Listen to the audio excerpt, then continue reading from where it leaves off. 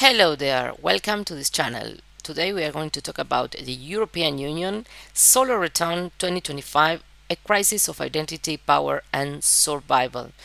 The central theme of the European Union in 2025 solar return is unmistakable, a deep economic and structural crisis that exposes years of poor leaderships and systemic decay.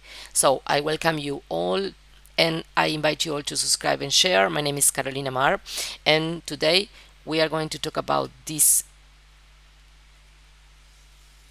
chaotic moment that the European Union is living. We are going to start with the eighth house, where we have here the exposed debt, poor leadership. We begin with the eighth house, where the sun is with the part of misfortune and in Scorpio. And here, this is a big problem because in mundane astrology, this house governs revealed debts, hiding liabilities, and power structures that must be dismantled. This is a year of death and transformation, not symbolic but political and institutional. Many European leaders are likely to fall from power, whether through forced resignation, scandals, or a collapse of authority. There is an unavoidable need to bring the real numbers into the open to stop masking reality and confront the true state of the European economy and its accumulated debt.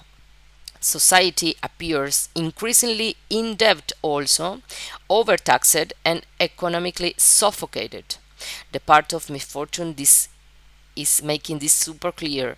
The system has reached its breaking point and demands a purge. We continue with Uranus in the third house. Okay, and Uranus and the explosive social climate. Okay, Uranus in the third house highlights instability within the network of neighboring and allied countries that form the Union. Uranus brings rebellion, impatience, unpredictability, and rupture. Displacement signals protest, social unrest, demonstrations, and sudden breaks in agreements between members states. The third house also rules the streets. The social atmosphere become a ticking time bomb, driven by impatience and a refusal to wait any longer for gradual reform. We are going to continue with the house 12. Okay, the house 12 with the moon and Pluto conjunction, and this is a collective suffocation. This is for me the most complicated aspect of this solar return. One of the most alarming configuration is the moon conjunct Pluto in the 12th house.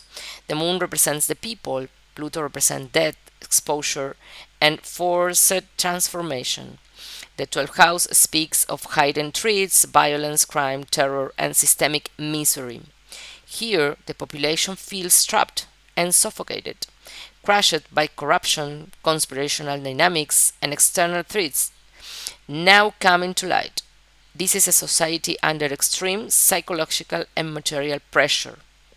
This conjunction forms a trine, as you can see here, a trine with Uranus in the third house, explaining why social suffocation turns into a street explosion, protests, and collective rage. Internal agreements within the European Union appear close to collapse, with the potential to drag all members down together. We continue here with the seventh house, where we have the South Lunar Node and the end of all the pacts.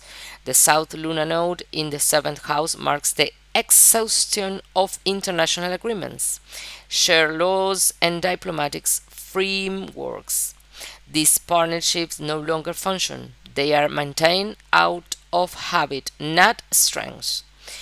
Patience runs out here, raising a critical question. Is the European Union itself reaching the end of its original pact? We are continuing with the ninth house. The ninth house we found Mars, the Black Moon, Lilith, and Mercury. This is talking about ideological conflicts, borders, and external tensions. This point to constant conflict driving discourse, threats, ideological battles, and aggressive rhetoric. Much of this serves to manipulate public fear in an attempt to control the explosive social climate. This configuration also highlights violent pressure on borders, immigration crisis, commercial and geopolitical clashes, particularly with the external power like the United States. At its core, this is an ideological war. The European Union faces a fundamental question: what does it stand for now, psychologically, culturally, and spiritually? We are going to talk about also the ascendant, the horizon in Aquarius. Ascendant in Aquarius is a rupture of identity with an Aquarius ascendant ruled by Uranus. The year is defined by rupture, rebellion, and radical redefinition. Continuity is no longer possible. Change arrives fast, disruptive, and uncontrollable, particularly through fractures between member states. We see here also the house 1 ruled by Pisces. Pisces is the confusion, okay? Pisces identity. The first house fall in Pisces, hosting the North lunar node, Saturn retrograde, and Neptune retrograde. This affects a profound crisis. Neptune exposed years of confusion, corruption, and blurred politics. Saturn attempts to restore the order, limits, and accountability. The North Lunar Node make this crisis evolutionary and unavoidable. The core question becomes: what does it mean to be European now? Survival depends on the redefining identity from the ground up.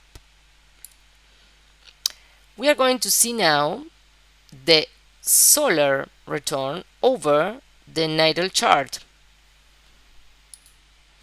And here we are going to see the wheel that you see inside is the natal chart, and the wheel that you see outside is the solar return. Okay, so when the solar return overlays the US natal chart, the message intensifies. Pluto conjuncts the moon on the first house. This is a purge of the false identity. Anything no longer aligned is eliminated. The conclusion is stark. Either a new identity is revealed or the structures dissolves. The people suffer directly from this process, paying the price for years of the structure's leaderships. This is an internal erosion, not a temporary setback. We are going to see now the second house. Okay, and the second house is talking about resources, money, okay, economic wound, okay, economic wound. Saturn and Neptune retrograde in the second house alongside Chiron reveal deep economic damage. Chiron shows a collective wound around money, resources, and financial security. Illusions must collapse. Real, tangible economic data must replace fiction. This is a moment of financial reckoning. Here we see how corruption destroys everything, and everything we are here talking about the finances of the European Union, and Saturn wants to put this in order. But they are retrograde, both of them. So this is something that is not happening right now, because when the planets are retrograding, they are like having this review of the themes and the things. So it's important to see here that this is happening like something that is right now in the highlight, but is going to take form in the next uh, month or year. Okay, so we are going to talk about now the third house. The third house, again, our relationship with our neighbor countries. Okay, house 3 and 4, because Uranus is getting into the fourth house, a structural damage and sovereignty. Chiron in the third house confirms damage to the foundations of the cooperation between member states. At the same time, Uranus in the fourth awakens the drive for sovereignty, belonging, and freedom, because we have to understand that the fourth house is the identity of belonging of the European people. Okay? And some nations may ask or may seek to reclaim independence and exit the system. Okay? Again, Uranus is retrograde. So this is something that is, how can I say? This is something that is for me um, taking force, taking form. Okay? Is something that is going to be more and more stronger. And I think this will be the collapse of the union as they are right now. Okay, we are going to see now the 10th house, leadership at war. Mars conjunct the black moon in the 10th house describes open ideological warfare among leaders. Behind public unity lies total fragmentations, power struggles dominating. Okay, with many planets retrograde, the tension is deferred, not resolved. A political time bomb likely to explode later. Okay? Finally, we are going to see these aspects of Jupiter. Okay, Jupiter join Saturn, a natal Saturn of the European Union, and this is in the seventh house, forces the final reckoning. Jupiter asks, what ideology founding this union? What values justified its existence? And Saturn, Jupiter, shifts the union toward order limited and conservative restructuring, a clear move to the right. Okay? Pluto has already made it clear the old system cannot continue, okay, in the first house. So this final conclusion is that there is no middle ground. Either the European Union's RIA group renegotiates its ideology, identity, and direction, or it moves towards self-destruction. This is a moment of redefinition or collapse. Okay.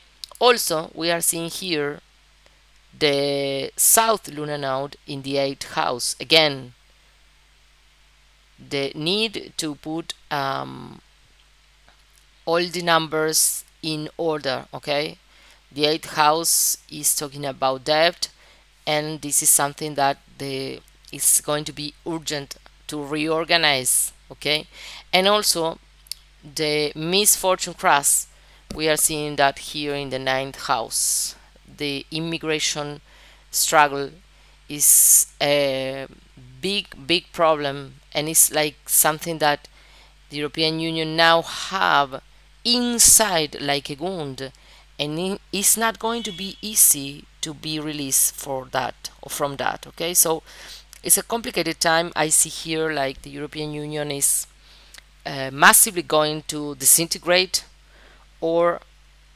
they renegotiates, as I said, especially what is the vision, where they are going as a conglomerate of states. And I think we are going to see all these energies like moving faster for the for this 2026, especially in the second part of the year, because all the planets are going to be direct. So I thank you all for being here. Thank you for watching, and see you the next time.